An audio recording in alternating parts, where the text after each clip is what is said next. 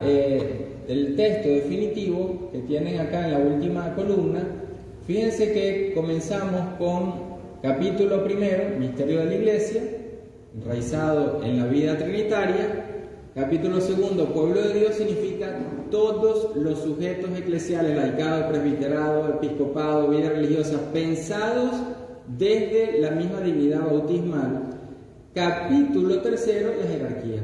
Y luego viene el resto de los sujetos eclesiales, jerarquía, laicos, vida religiosa, etc. Eso da un giro inmenso en la forma de entendernos, porque lo común se privilegia a las diferencias en las formas de realizar la propia vocación. ¿Y qué significa en términos de consecuencia? Congar dice que se habría podido seguir la secuencia que estaba propuesta de colocar la jerarquía antes. Sin embargo, dice él, la secuencia misterio de Dios, pueblo de Dios, jerarquía, es la que se asume. Se colocaba como valor primero la cualidad de discípulo, la dignidad inherente a la existencia cristiana como tal, o la realidad de una ontología de gracia, una frase muy interesante porque si tenemos el esquema preconciliar y que todavía se ve mucho hoy en día, el cura es el que media la gracia, como si no tuviésemos la gracia dada gratuitamente, ontológicamente, es decir, por el hecho de ser humanos y abrazados por Dios. Entonces, esa definición es muy importante. Y luego dice, al interior de esa realidad común, entendemos la estructura jerárquica. Y esto cambia radicalmente lo que se llama el giro eclesiológico, y aquí Groatari se lo explica de la siguiente manera. Esta reestructuración tiene un sentido eclesiológico fundamental, que ponía fin a la visión piramidal de la Iglesia. Demostraba en particular que los obispos, los laicos, los religiosos formaban todos parte del pueblo de Dios, que se trataría en un capítulo previo al del episcopado. Sujetos eclesiales es la clave, en igualdad de derechos y de deberes bautismal. Congar dice, hay un descentramiento de esa estructura piramidal hacia una estructura horizontal. Horizontal no significa homogénea, porque estaríamos regresando al segundo milenio de Trento. Horizontal quiere decir, en el reconocimiento de la dignidad bautismal, todos tenemos los mismos derechos y deberes en la Iglesia, por responsabilidad. Así, con este cambio, la secuencia se convierte en algo normativo.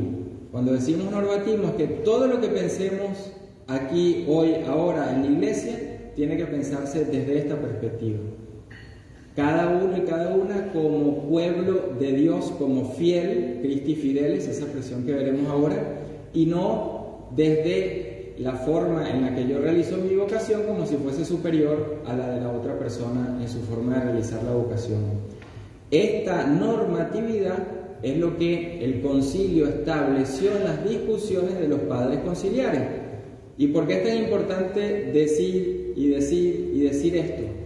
Porque cuando hablamos de sinodalidad, es la fidelidad y es la recepción y es la profundización y es la maduración de esto, de la eclesiología del pueblo de Dios, optada por los padres conciliares como normativa.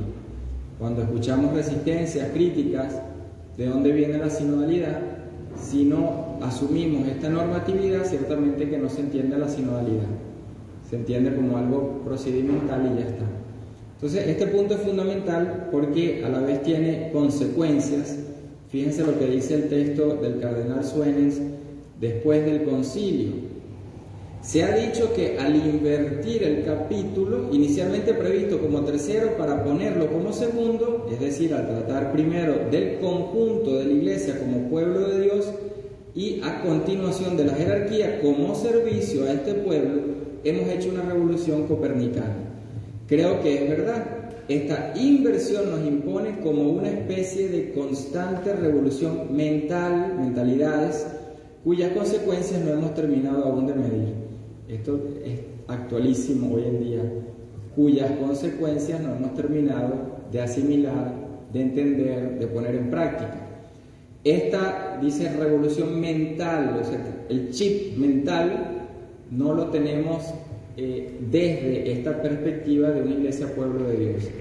Y lo que decía anteriormente, las recepciones del concilio marcan las formas de ser iglesia en cada lugar. En América Latina, la recepción conciliar se dio a través de este modelo de iglesia pueblo de Dios. En América del Norte no se dio a través de este modelo de iglesia.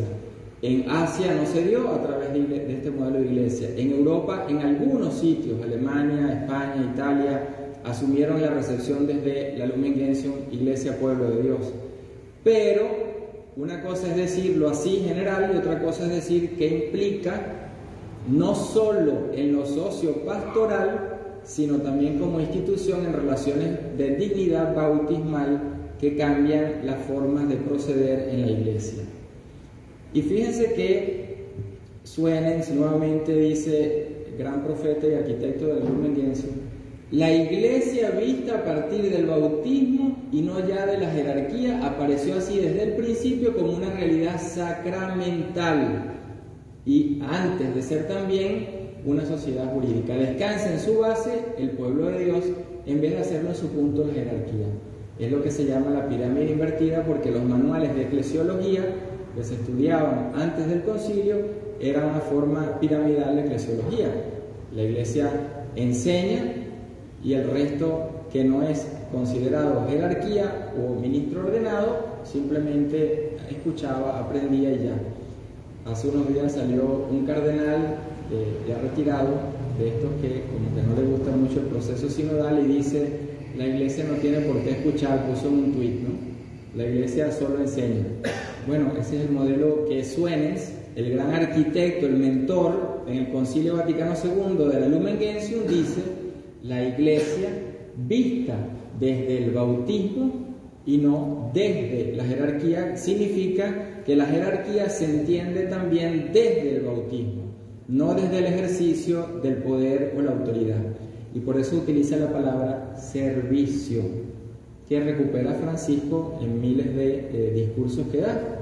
La jerarquía o el ministerio ordenado es para el servicio, tiene que ver con esto, al interno del pueblo de Dios, en relaciones de dignidad bautismal y no desde afuera en relaciones de mandato. Y cuando Suenens le preguntan después qué es lo más rico que él descubrió del concilio, las dos palabras que hoy estamos usando en el sínodo: la iglesia pueblo de Dios, y de ahí ¿qué deriva? La corresponsabilidad. No la responsabilidad, la corresponsabilidad, porque la corresponsabilidad es co-dignidad bautismal, co-modelos de decisión y discernimiento, conjunto, todo lo que tiene que ver con la incorporación de todos los sujetos eclesiales en dinámicas de conjunto, desde la realización de un proyecto pastoral hasta la toma de decisiones en la iglesia. Corresponsabilidad es una palabra por eso muy fuerte. Somos entonces, como iglesia pueblo de Dios, sujetos corresponsables de la misión compartida. Deschmet, para explicar esto, que también fue otro de los grandes padres del concilio en esta eclesiología del pueblo de Dios, Cardenal Suenens y Deschmet, decía él lo siguiente en los debates del concilio: ustedes están familiarizados con la pirámide, empezamos por el Papa y terminamos allá abajo el resto, dice, luego en la base pues el pueblo de Dios, ¿no? Fíjense la frase que dice luego: todos tenemos las mismas leyes y los mismos deberes, todos participamos en el sacerdocio real del pueblo de Dios. Y aquí viene la frase que es la que realmente invierte o da ese giro: el Papa es uno de los fieles, obispos unos de los fieles, sacerdotes, laicos, religiosos, religiosas, todos somos los fieles. Hay que evitar el jerarquismo, clericalismo, obispolatría, papolatría, lo que dice Francisco, que viene de este discurso de Deschmet. Ahora bien, fieles no es de fidelidad, sino de Christi Fideles, que tiene que ver con dignidad bautismal. Si tenemos los mismos deberes, lo está diciendo el otro arquitecto de la Lumen Gentium, y deberes y derechos, cuando hoy hablamos de escucha, no es un regalo, no es una concesión, es el ejercicio de un derecho de parte de quien habla y el ejercicio de un deber de parte de quien escucha. Dignidad bautismal, corresponsabilidad a partir de esa palabra escucha, porque somos todos y todas Christi fideles. Esta palabra ha tenido un desarrollo en los pontificados donde se ha perdido el sentido originario que tiene. Fíjense que Desmet en el concilio vuelve y explica, no son los laicos. Y cuando a veces en una homilía uno escucha que dicen ustedes los fieles, esa persona está hablando con un lenguaje preconciliar. Es muy distinto decir nosotros los fieles que estamos discerniendo el evangelio de hoy, eso es muy distinto a decir ustedes los fieles, me estoy separando. Entonces una palabrita dicha de una u otra manera dice la eclesiología que tengo en mi cabeza y en mis relaciones, que dice Desmet, designa a todos aquellos que han recibido la dignidad de ser miembros de la Iglesia en razón del bautismo. Fieles y laicado no son términos intercambiables. O sea, son los laicos y el resto no somos los fieles. ¿Qué supone esto como un giro? Francisco lo dice en Evangelii Gaudium, que es lo que leíamos anteriormente. El Papa es un fiel más, el obispo es un fiel más, el sacerdote, el presbítero es un fiel más, religioso, laicado. Esa horizontalidad bautismal, no homologación, porque sin la diferenciación en la Iglesia, pues no tendría sentido la misión, sería una colonización. Ahora, si hablamos de un giro, implica cómo nos situamos unos a los otros en esta dinámica de no solo complementariedad, sino de necesidad mutua, de reciprocidad mutua. Fíjense el texto del Lumen Gentium 32 abajo. Cada miembro está al servicio de los otros miembros, de modo que los pastores y los demás fieles, o sea, los pastores, unos fieles, ¿no? Y los demás, no está diciendo que los pastores no son, el resto de los fieles, o sea, juntos, están, y viene esta expresión, vinculados entre sí por recíproca necesidad. Es un giro inmenso. No es que nos ayudamos auxiliarmente. Me da una llamada por teléfono, mira, es que necesito a alguien porque resulta que ahora en esta obra ya no hay más nadie que la lleve adelante. Mentalidad de auxilio y por tanto no hay una mentalidad de reconocimiento bautismal, es una mentalidad funcional. Si hubiese tenido a alguien, no llamo a la otra persona que me ayude. Ahora, si el texto me dice del concilio que se trata de una vinculación, o sea, vinculación es lo que me vincula, me ata, por recíproca necesidad, yo no puedo, como laico Christi fideles, no realizar mi propia vocación sin los otros Christi fideles, sean laicos, religiosos, presbíteros, obispo, papa. Vinculación. Pero esa vinculación es de corresponsabilidad. Cada uno, su modo pro sua parte, que ha sido un texto muy mal interpretado muchas veces porque si yo entiendo fieles como los que no están ordenados, entonces su modo pro sua parte significaría, bueno, yo hago este ejercicio que solo puedo hacer yo, el ejercicio del ministerio ordenado, la presidencia de la Eucaristía, pero no me hago la pregunta si yo puedo presidir una Eucaristía sin el resto de los fieles. Y es lo que vivimos en la pandemia. Y esa era la pregunta de fondo. ¿Estábamos eclesiológicamente preparados para entender una Eucaristía sin pueblo de Dios? Y cuando nos agarró de sorpresa la respuesta primera pastoral, que fue transmisión de la Eucaristía en vivo, y entonces ¿qué pasó con la palabra? La palabra no es parte de la Eucaristía, es solamente el pan. Y como no habíamos hecho un camino eclesial en torno a la palabra, la pandemia nos agarró con una visión eclesiológica, como pueden ver, piramidal. Entonces tiene que ver con esta recíproca necesidad de unos a otros para poder hacer y ser en la iglesia. Y hay una expresión que se recupera hoy, porque las traducciones son muy malas y no dicen lo que dice la expresión, en Apostólica Autocitatem, en el número 6, el apostolado de los laicos y el ministerio pastoral se completan. Y pongo la expresión en latín porque las traducciones son malísimas, porque no es complementan. Si a mí me dicen que nos completamos, quiere decir que yo no puedo existir sin la otra persona, ¿no? En cambio, si me dicen nos completamos nada más, nos complementamos nada más, cualquiera puede ser sustituible. Entonces, cuando los padres conciliares eligen esa expresión, en las actas del concilio esa expresión no tuvo objeción. Otra manera de decir que fue para ellos normativo. ¿Y eso qué significa?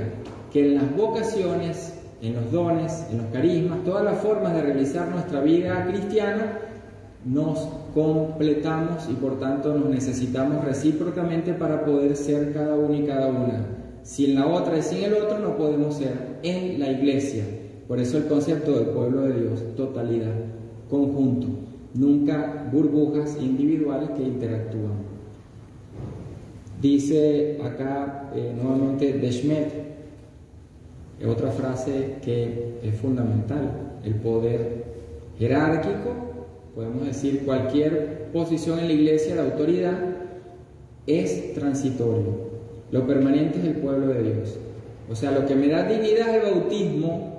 Las formas como se realiza ese bautismo siempre son transitorias.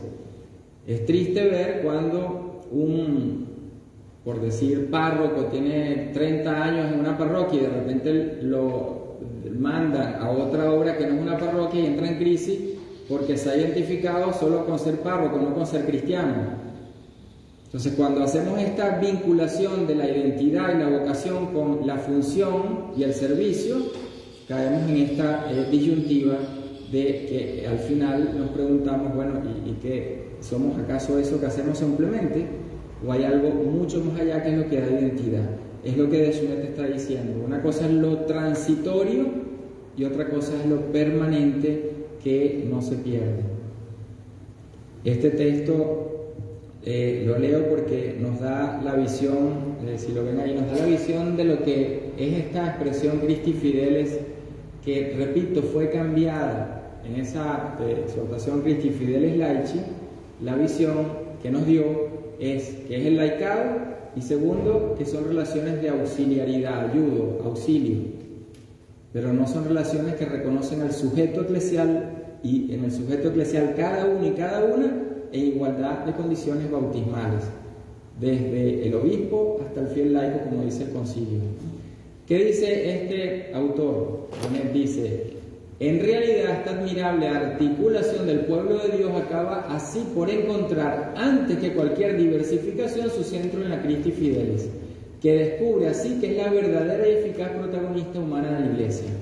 En esta perspectiva tan unitaria, la condición básica de la Christi Fidelis está destinada a no cambiar nunca de manera esencial, aunque necesariamente deba saber adaptarse con toda flexibilidad a las múltiples exigencias de la diversidad.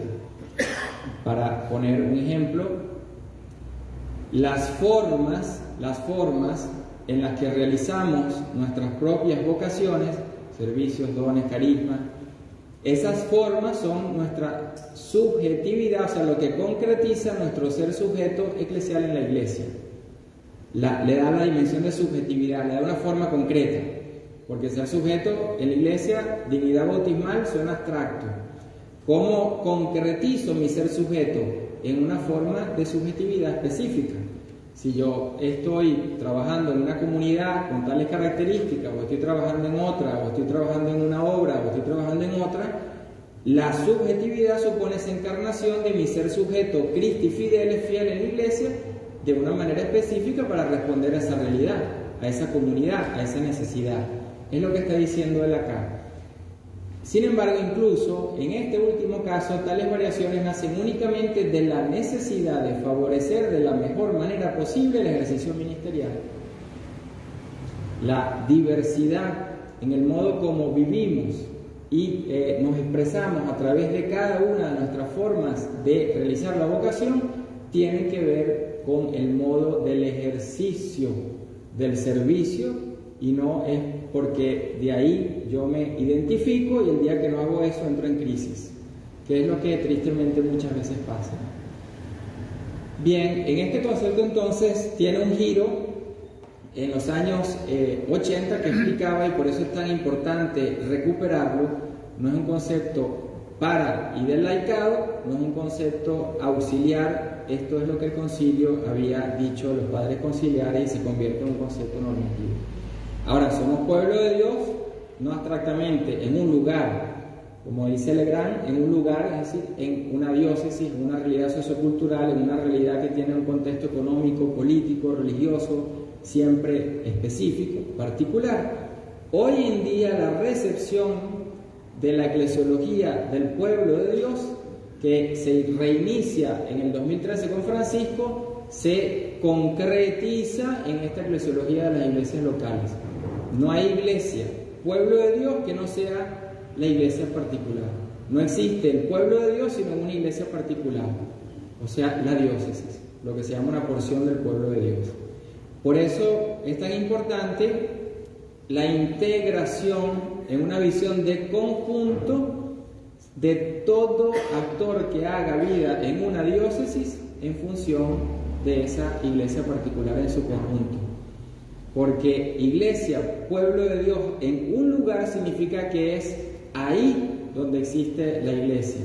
No es en mi comunidad aislado de la vida de conjunto. Porque si me aíslo, no puedo completar uno al otro lo que cada uno da que el otro necesita para ser completo y viceversa, lo que el otro da para que yo pueda ser completo en mi propia vocación. Entonces la iglesia particular implica esta visión de conjunto de la iglesia.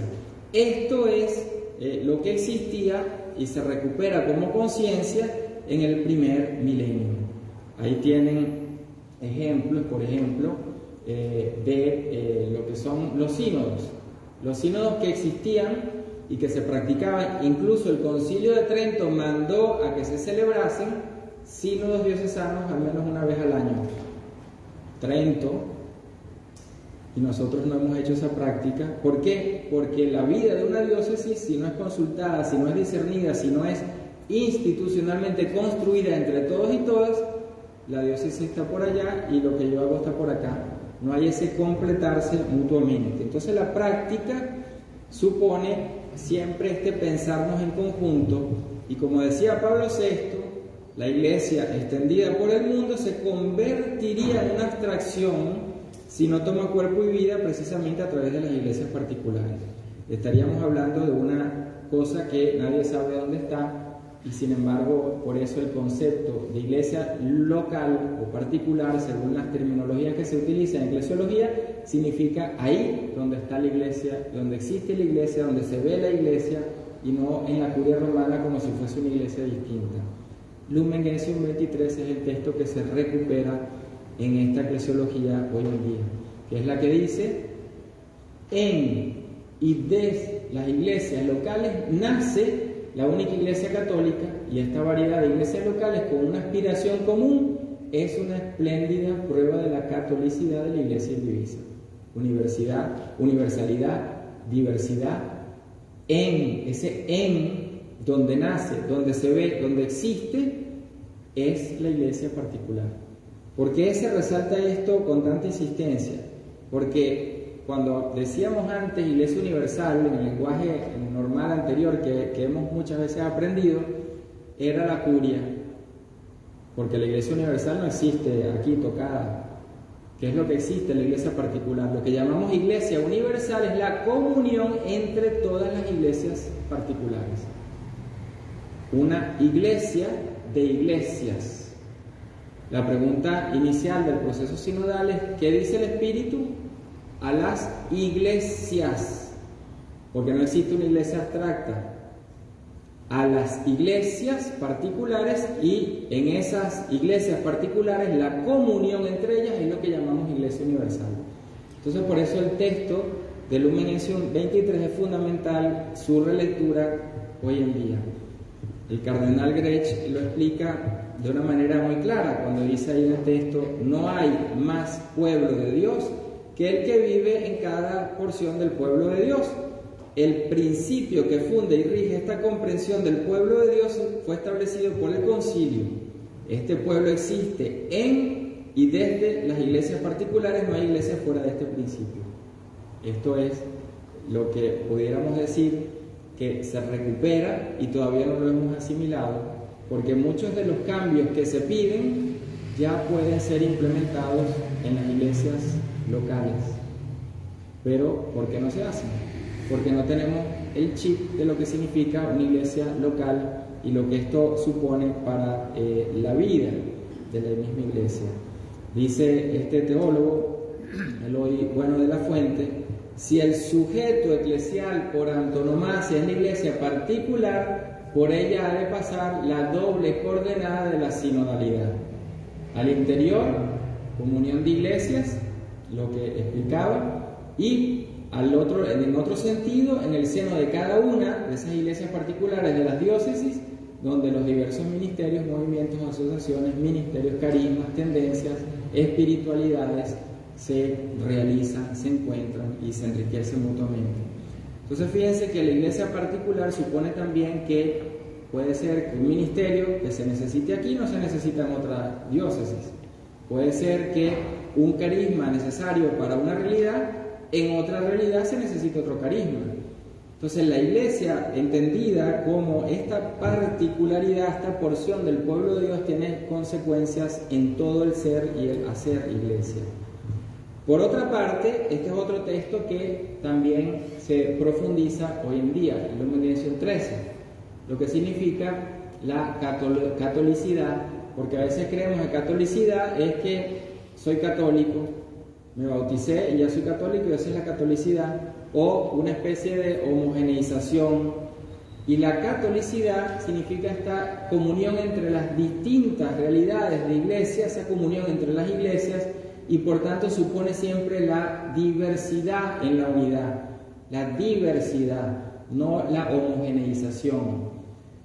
Dice el texto, en virtud de esta catolicidad, cada una de las partes colabora con sus dones propios con las restantes partes y con toda la iglesia, de tal modo que el todo y cada una de las partes aumentan a causa de todos los que mutuamente se comunican y tienden a la plenitud de la humanidad.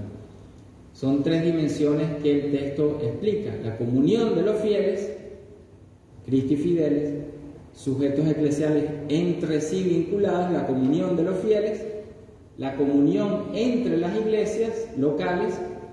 Una iglesia local no vive como una burbuja, sino en relación a las otras iglesias locales, ayudándose y creciendo mutuamente, según las realidades culturales, sociales, económicas, políticas. Y en esa riqueza de esa comunión entre fieles, entre iglesias locales, y en esa comunión de entre iglesias locales y fieles con Roma, es lo que llamamos la Iglesia Universal. Pero siempre el principio de catolicidad nos ayuda a entender esta concreción en un lugar de la iglesia. Bien. Las iglesias entonces locales, dice acá Legrand, es la percepción del concilio según la cual la particularidad sociocultural de una región forma parte de la definición teológica de lo que es ser iglesia. El documento que salió, el Instrumentum Laboris, reconoce en una expresión esta realidad. La iglesia local es un lugar teológico. O sea, Dios no se revela de manera abstracta, se revela a través de mediaciones en el lugar donde hago vida. Porque si lo estoy leyendo en otro lugar, puede ser que crea mi propia lectura completamente aislada de la realidad de las personas que ahí habitan. Entonces, la implicación que esto tiene también para la lectura de las mediaciones por medio de las cuales Dios nos habla hoy en día. De ahí que, querida Amazonía, nos habla de la inculturación que se debe desarrollar no solamente a nivel teológico y pastoral, fíjense la frase que utiliza, en la organización eclesial también.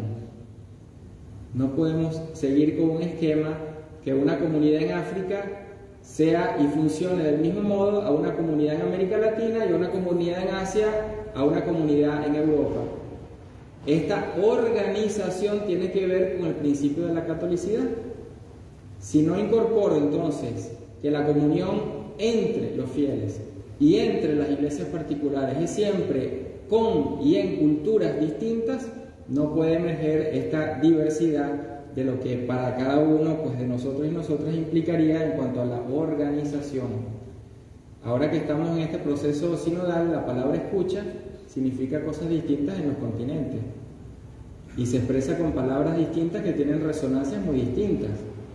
Si yo digo escucha, simplemente nos sentamos, decimos y anotamos en un papel y después la segunda tanda que me llamó la atención de lo que escuché y después la tercera, recojamos los puntos en común, pero eso es un modelo.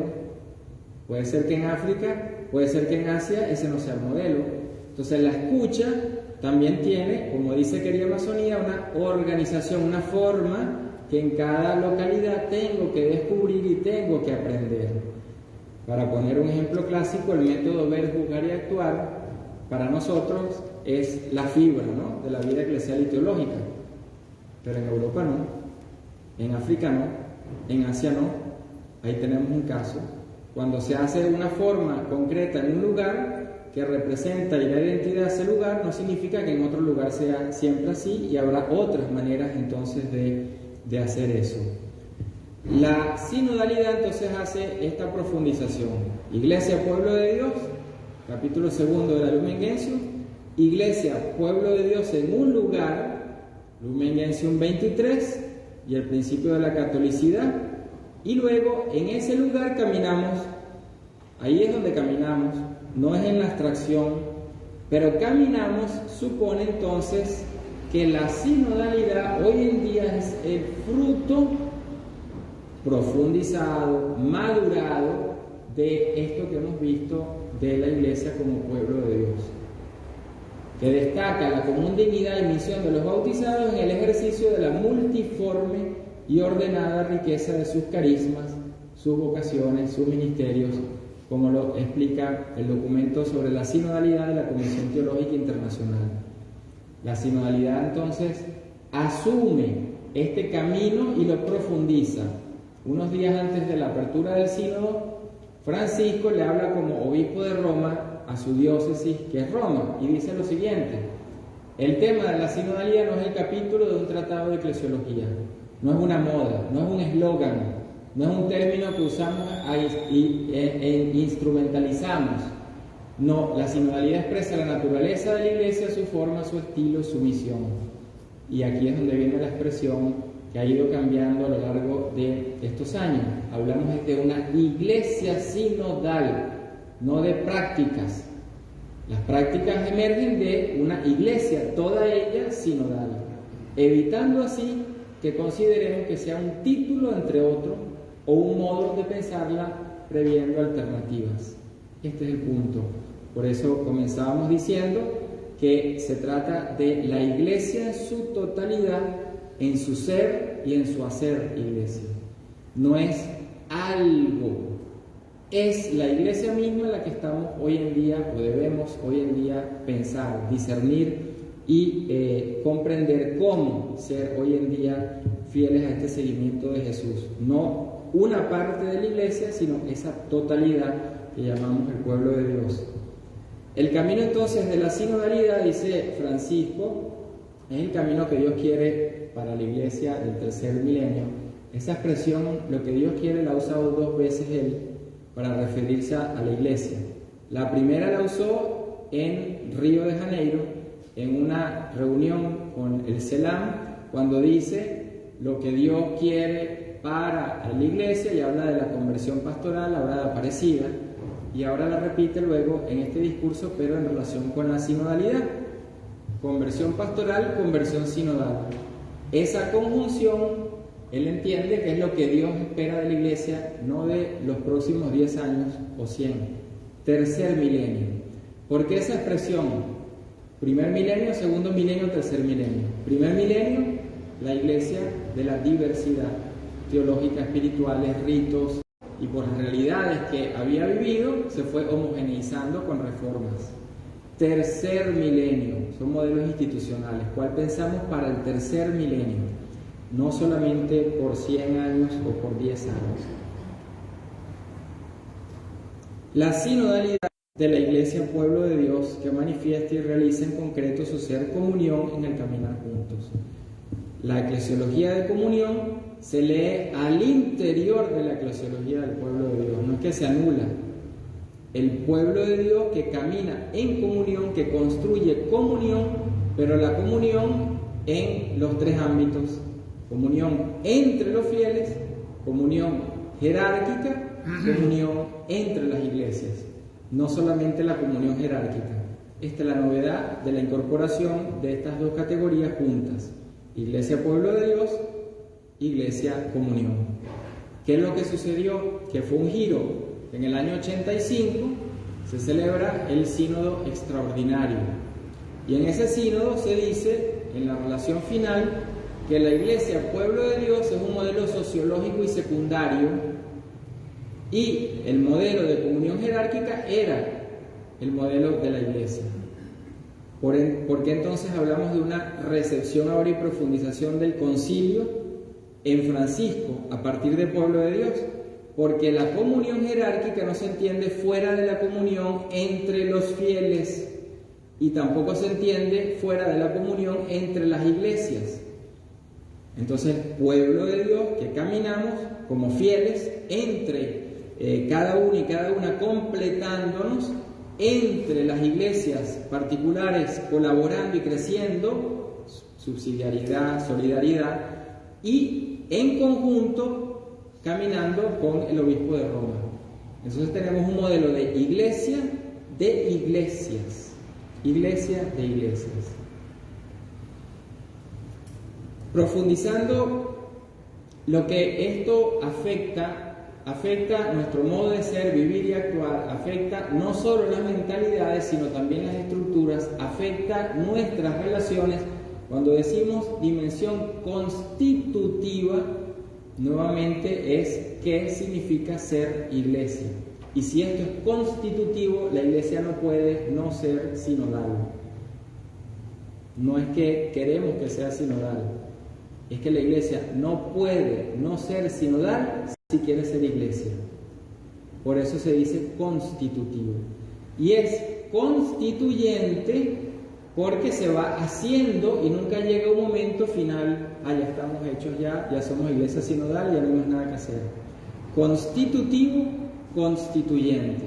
Una forma de vivir, de ser, de operar, que siempre a la luz de los signos de los tiempos y los cambios de época va haciéndose. Y por eso hay la forma sinodal de iglesia, la reforma que va actualizando siempre esa forma sinodal de iglesia a través de los tiempos y las épocas. Dice en el documento preparatorio que inicia el sínodo, de la sinodalidad, lo siguiente, en el número 9: la sinodalidad representa el camino principal para la iglesia, llamada a renovarse bajo la acción del Espíritu y gracias a la escucha de la palabra. La capacidad de imaginar un futuro diverso para la iglesia y para las instituciones a la altura de la misión recibida, y fíjense lo que ahora dice, depende en gran parte de la decisión de comenzar a poner en práctica procesos de escucha, diálogo y discernimiento comunitario. O sea, no depende de Roma, depende de las decisiones que tomemos, fieles, iglesias particulares, en comunión, para que esto se pueda ir dando. Y de ahí que nos situamos entonces en un momento de discernimiento de esta realidad constitutiva y de las decisiones que hemos de tomar para que esto se vaya realizando y haciendo. Una iglesia capaz de comunión, dice el sínodo, igual en el mismo documento preparatorio, y de fraternidad, de participación y de subsidiariedad en la fidelidad a lo que anuncia. Para caminar juntos es necesario que nos dejemos educar por el Espíritu en una mentalidad verdaderamente sinodal primero, entrando con audacia y libertad, profecía, parresía, en un proceso de conversión sin el cual no será posible la perenne reforma. Los elementos que hemos venido diciendo. No hay una iglesia sinodal sin este ámbito de impulso del Espíritu al que debo responder. No es un modelo sociológico que inventamos y luego lo implementamos. Es nuevamente respuesta al seguimiento de Jesús, respuesta a la pregunta que desde el espíritu nos hacemos hoy. Por eso se llama ahora conversación en el espíritu, porque desde el espíritu nos hacemos la pregunta de los cambios que necesitamos en la iglesia. Y esto entonces nos lleva a la cuestión fundamental hoy en día. Tenemos un modelo institucional capaz de responder a una iglesia constitutivamente sinodal. Constitutivamente sinodal es el reto que tenemos. ¿Cómo pensar entonces un modelo institucional para el tercer milenio que no sea el que tenemos actualmente en su totalidad, donde a nivel de modelo orgánico no funciona como una iglesia sinodal? Por poner un ejemplo, podemos tener algunas obras o instituciones en la iglesia donde exista un cierto espíritu de fraternidad, colaboración, comunión, etc. Pero eso existe ahí. A nivel orgánico de toda la realidad eclesial no hay muchas veces la comunicación, la comunión. Entonces puedo tener un modelo institucional que siga funcionando así. Si no pienso que eso no va a permitir que la iglesia constitutivamente sea sinodal, entonces tampoco voy a entender que la sinodalidad es algo que realmente se nos demanda hoy en día si queremos que la iglesia tenga futuro y credibilidad. Futuro y credibilidad, porque en nuestros contextos, ciertamente la experiencia religiosa, creyente, cristiana, la podemos ver muy arraigada y muy fuerte, pero así no es en el resto del mundo. Es decir, la iglesia, que ha perdido credibilidad en tantos países, ha tenido una ida masiva de personas y por ese punto, falta de capacidad de atraer, porque no tiene credibilidad, porque ha perdido ese seguimiento de Jesús. La Comisión Teológica nos da las claves de un modelo institucional. Primero, convocar a toda la comunidad. Cuando hablamos de exclusión y de inclusión, bueno, aquí está la clave. ¿A quién convoco cuando voy a hacer algo en la iglesia, a tomar una decisión, a discernir algo en conjunto? ¿Los convoco en libre y rica diversidad o convoco a algunos que se parecen a lo que nosotros hacemos y que piensan igual como nosotros? Y esto es un tema importante para la vida religiosa, porque si nos pensamos desde la propia vida religiosa según el carisma de cada quien al interno, vamos cerrando esa burbuja cada vez más, porque los carismas no están al servicio de la propia congregación, están al servicio de la comunidad, en esa comunión de realidades de la iglesia. Y luego esa convocatoria es orar, escuchar, analizar, dialogar, aconsejar para tomar decisiones. Esto es el modelo institucional sinodal. No es para conocernos y llevarnos mejor y compartir un rato. La institucionalidad sinodal implica todos esos elementos. Nos reunimos en esa diversidad convocada para orar, porque lo hacemos desde el espíritu, escucharnos, porque necesitamos aprender, no sabemos todo, analizamos, porque no se trata de solo de dar opiniones, se trata de ver con realidad qué está sucediendo, haciendo uso de ciencias sociales, políticas, económicas, no es solo opiniones. Dialogar, porque a veces si no dialogo no comprendo el argumento de la otra persona y sigo empeñado en el mío, y no se trata de que pensemos igual, sino que demos el paso para comprender por qué decimos lo que decimos. Dialogar y aconsejar, algo que en la iglesia como que a veces no funciona, porque aconsejar, no solo tomar consejo, aconsejar. Si un párroco se le cae la pared y él mismo hace todo para que se reconstruya la pared, a los 2 meses se le vuelve a caer la pared, porque el párroco no estudió ni arquitectura, ni ingeniería, ni es albañil.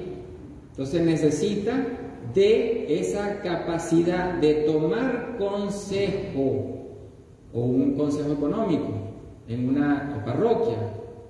Si yo no tomo consejo de quien es administrador, economista y sabe Entonces yo puedo tomar decisiones y cuando vengo a ver el dinero se fue en una cantidad de cosas que no tienen nada que ver con la pastoral de la iglesia.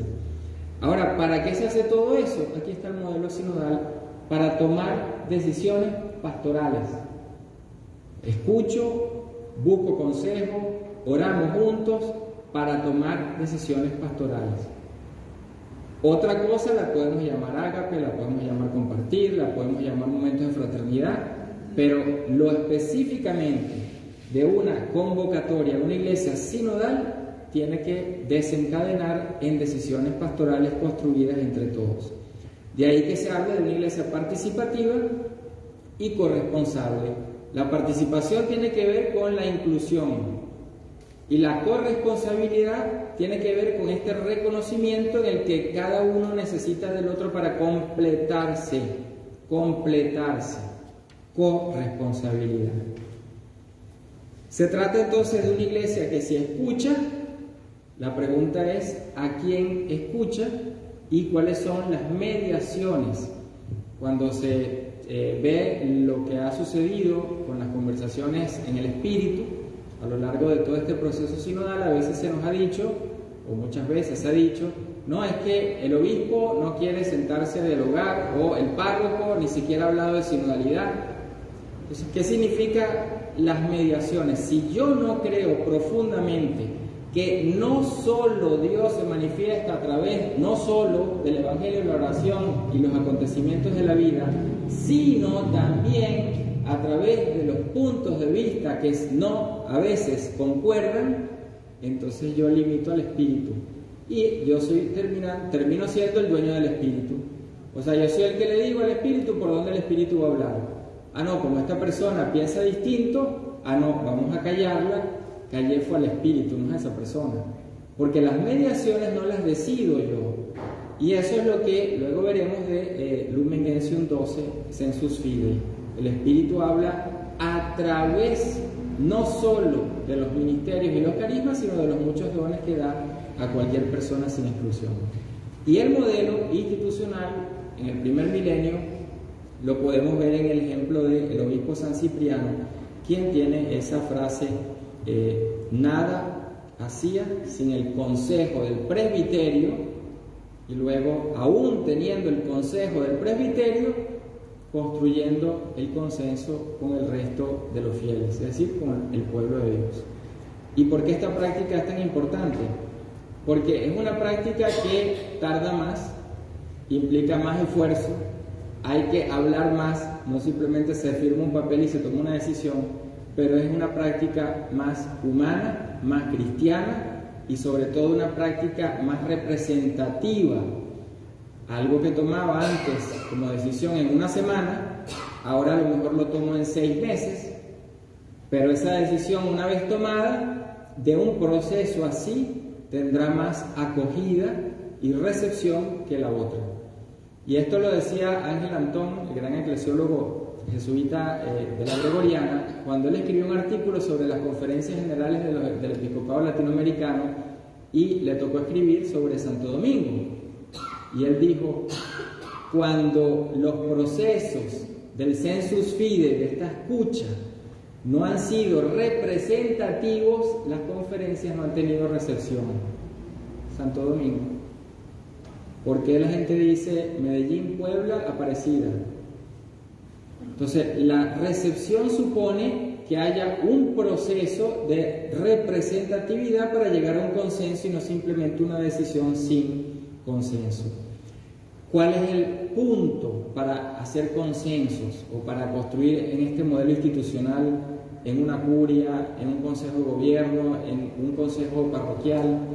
¿Cómo pensamos la vinculación, no la homogeneización, la vinculación entre elaborar decisiones entre todos y todas para que quien tiene la autoridad pueda después tomar la decisión? Pero esa persona que toma la decisión, si participa de la elaboración con el resto, será distinta a que si no participa con el resto de la elaboración. La clave está en la elaboración, quién participa. Si participa el que toma o no, ahí es donde se cambia el asunto. Entonces, este vínculo no es decir, yo quiero tomar decisiones. No vamos a pasar de una pirámide a otra pirámide y de un autoritarismo a otro autoritarismo y de los que están abajo arriba y los de arriba abajo. Ese no es el sentido.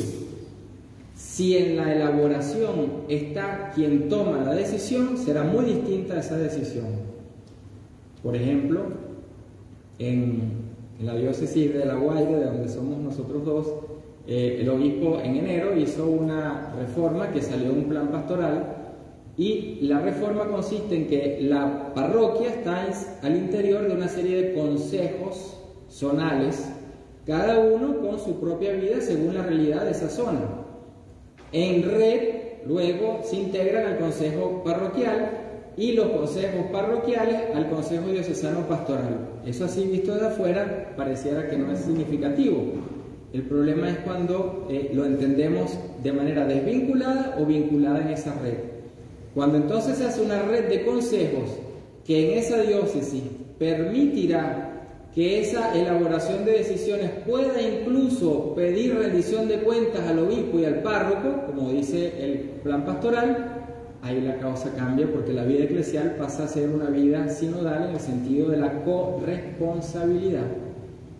En cambio, si el consejo es solamente para que ejecuten planes pastorales en esa realidad, pero no están elaborados en su conjunto por los distintos miembros del pueblo de Dios en esa realidad, pues no serán planes que tengan durabilidad, ni siquiera tendrán capacidad de atraer a las personas para que lo hagan. Por eso Alfonso Borrás dice lo siguiente, él es un canonista, miembro de la Comisión Teológica del Sínodo, pero ayudó en la creación de los estatutos de la Reforma del CELA y de la Conferencia Eclesial para la Amazonía. Y él dice acá, es necesario distinguir entre el proceso para elaborar una decisión, que el documento de la Comisión Teológica llama Decision Making, mediante un trabajo común de discernimiento, común, consulta, cooperación y decisión pastoral, que sería la toma como tal de decisión, que compete a la autoridad del obispo, garante de la apostolicidad y catolicidad. La elaboración es una competencia sinodal, la decisión es una responsabilidad ministerial. El vínculo es la clave. El vínculo entre las dos, y el vínculo significa toda persona que toma decisiones en la iglesia tiene que participar de los procesos de elaboración con el resto de los fieles en igualdad de dignidad bautismal. De manera que la decisión sea fruto, no tiene que ser igual a lo que se ha elaborado, pero ha sido fruto de un proceso donde se comprenden argumentos, se ve más allá del propio horizonte, del propio argumento, y se logra ampliar incluso pues la visión. ¿Qué pasa si yo en un consejo donde tomo decisiones no tengo a un economista y hay decisiones de economía? ¿Qué pasa si en el consejo tengo que tomar una decisión de construcción de algo y no tengo ahí la pericia o la contribución de quien sabe de eso? Entonces, en la iglesia estamos acostumbrados a tomar decisiones no por competencia, sino por el hecho de estar ahí. Los presbíteros por el hecho de la ordenación y el obispo, pero en la vida religiosa igual. O sea, por el hecho de estar en una posición sin la debida competencia, ya eso me basta para tomar decisiones en la iglesia. Este es el punto de la corresponsabilidad y la elaboración de decisiones en conjunto. Y Routhier, otro miembro de la Comisión Teológica del Sínodo, nos da claves hacia dónde ver si queremos este cambio. La sinodalidad depende, dice él, en gran medida de la capacidad de escuchar y la voluntad de aprender. Ahora, esa capacidad de escuchar, esa voluntad de aprender no nace cuando nacemos, no la tenemos innata. Implica formarnos para escuchar, formarnos en una actitud que nos permita apertura para escuchar y para aprender. Si en los planes de formación, en casa de formación, esto no se integra, ¿cómo podemos esperar que tengamos una cultura de la escucha, del consenso y del discernimiento? Se basa en aquellos que realizan la función de presidir, en el entendimiento de su ministerio y en la conciencia de esta función de presidir a la iglesia. Si quien preside no se entiende desde esta manera de relacionarse y de proceder, termina siendo separado, termina siendo un sujeto que toma decisiones completamente aislado. Entonces, el que preside tiene una responsabilidad fundamental en los procesos de iglesia sinodal. Y entonces dice el último párrafo, pide actitudes, depende de las habilidades relacionales de quienes ejercen cargo y de su capacidad de situarse como hermanos, hermanas, amigos, colaboradores, cooperadores. Pero si yo tengo una persona que no tiene habilidad, porque eso no nace, se forma, se crece, relacional, que implica escucha, implica inclusión, implica tantas cosas, pues cómo esa persona puede presidir en una iglesia constitutivamente sinodal. El reto que se nos pone es formación.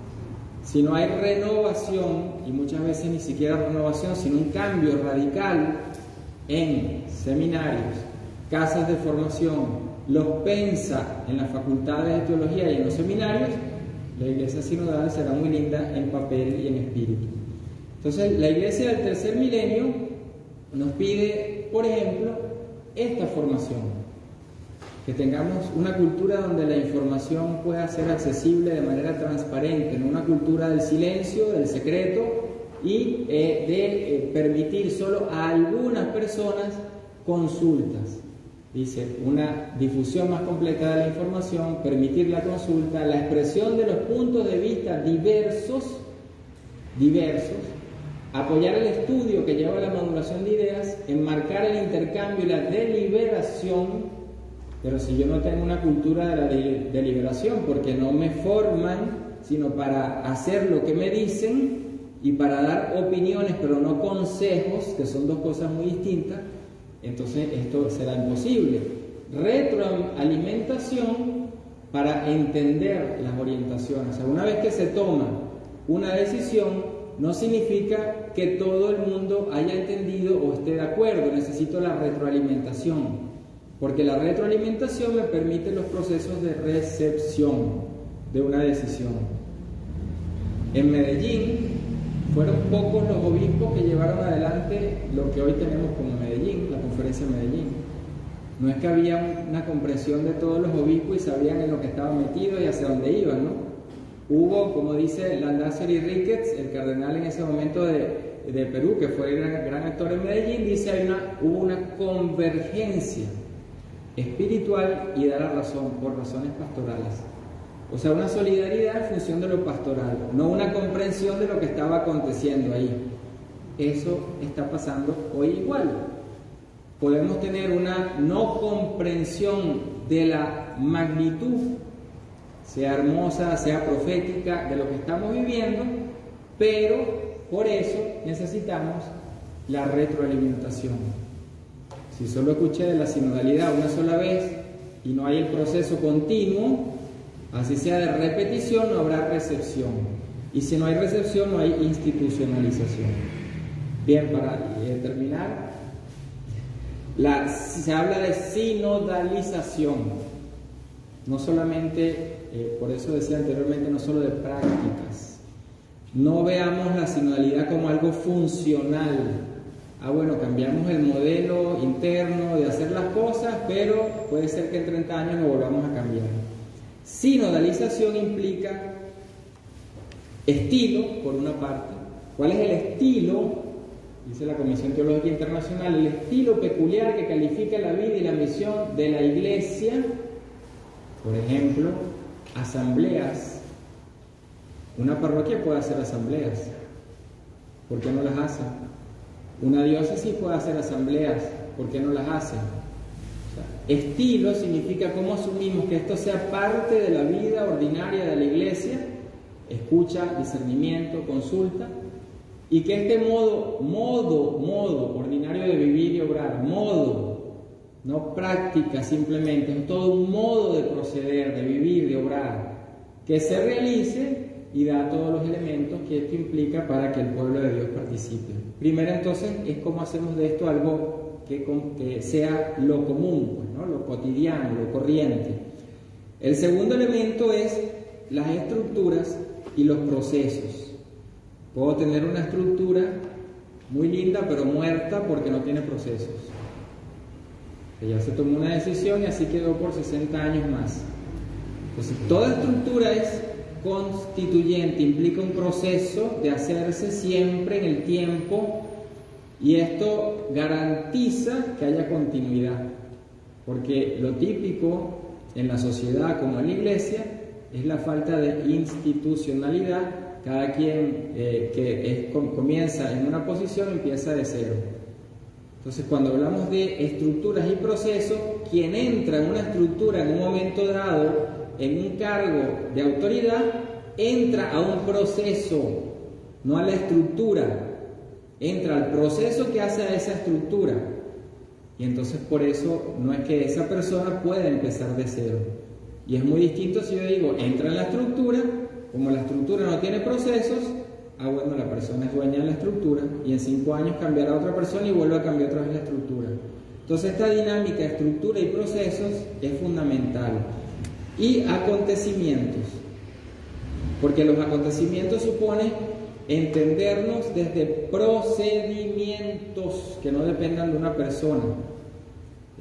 Hoy hablamos de esta rendición de cuentas, accountability, en todo, desde el dinero a cualquier ámbito de la iglesia. Si no hay un procedimiento escrito y si no hay una oficina donde yo pueda ir a poner una queja, entonces ¿cómo hacemos? En el papel. Pero si yo tengo la oficina, ¿no?, donde puedo ir a poner la queja, pero la persona que está ahí está pendiente que yo le diga algo y después me votan a mí, entonces tampoco hay procedimiento. Entonces fíjense lo que esto implica, o sea, a nivel de mentalidad, de transparencia, de capacidades, de habilidades, de formación que tenemos que hacer para que esto pueda darse. Bien, acá termino con esto.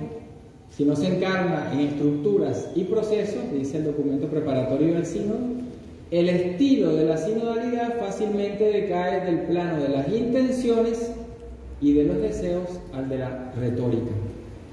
Mientras los procesos y eventos, si no están animados por un estilo adecuado, resultan una formalidad vacía. Es el reto de una iglesia si queremos que su institucionalidad sea sinodal. Y por eso esta expresión, aunque a muchos obispos, curas, religiosas, laicos no les guste, institucionalización de la sinodalidad. No puede depender de una persona durante los años que esa persona está en un determinado cargo o posición en la iglesia. Terminamos como iniciamos.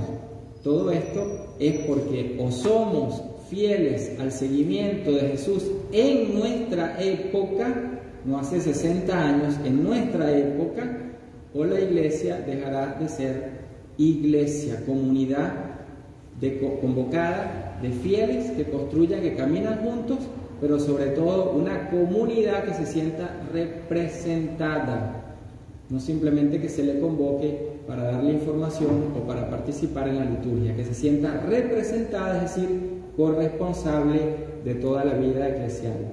Es el reto que como vida religiosa, creo que en este contexto, pues la vida religiosa se invita a hacer, ¿no? Institucionalización de este modelo de una iglesia constitutivamente, no parcial ni funcional, constitutivamente sinodal. Un fuerte aplauso para...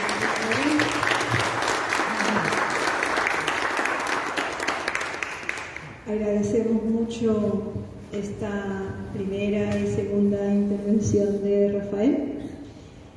Creo que nos ha puesto ante unos retos que por lo menos ameritan una profundización, una interiorización.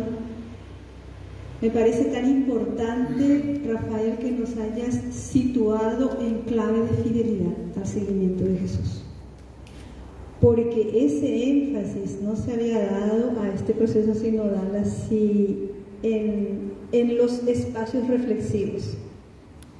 Sí, desde la invitación del Papa Francisco, pero no me da la sensación que no lo hemos enfatizado tanto en esa clave y que me parece que le cualifica también a la reflexión. Entonces podemos ahora se abre la plenaria para un diálogo, porque creo que hay como unos 5 o 6 elementos claves, partiendo de la fidelidad al seguimiento de Jesús, después en qué reformar, por qué reformar, toda la realidad también de la Iglesia, pueblo de Dios, las consecuencias que tiene para nuestro ser y proceder. Y bueno, me da la sensación de que ahí tenemos bastante para dialogar. Así que micrófono abierto, animémonos a este momento de interiorización.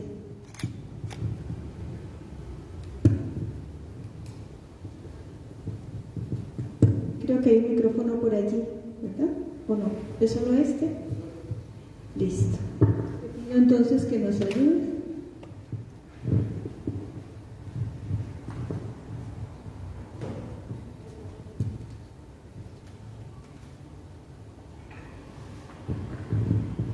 O si levantan la mano y entonces les acercamos el micrófono.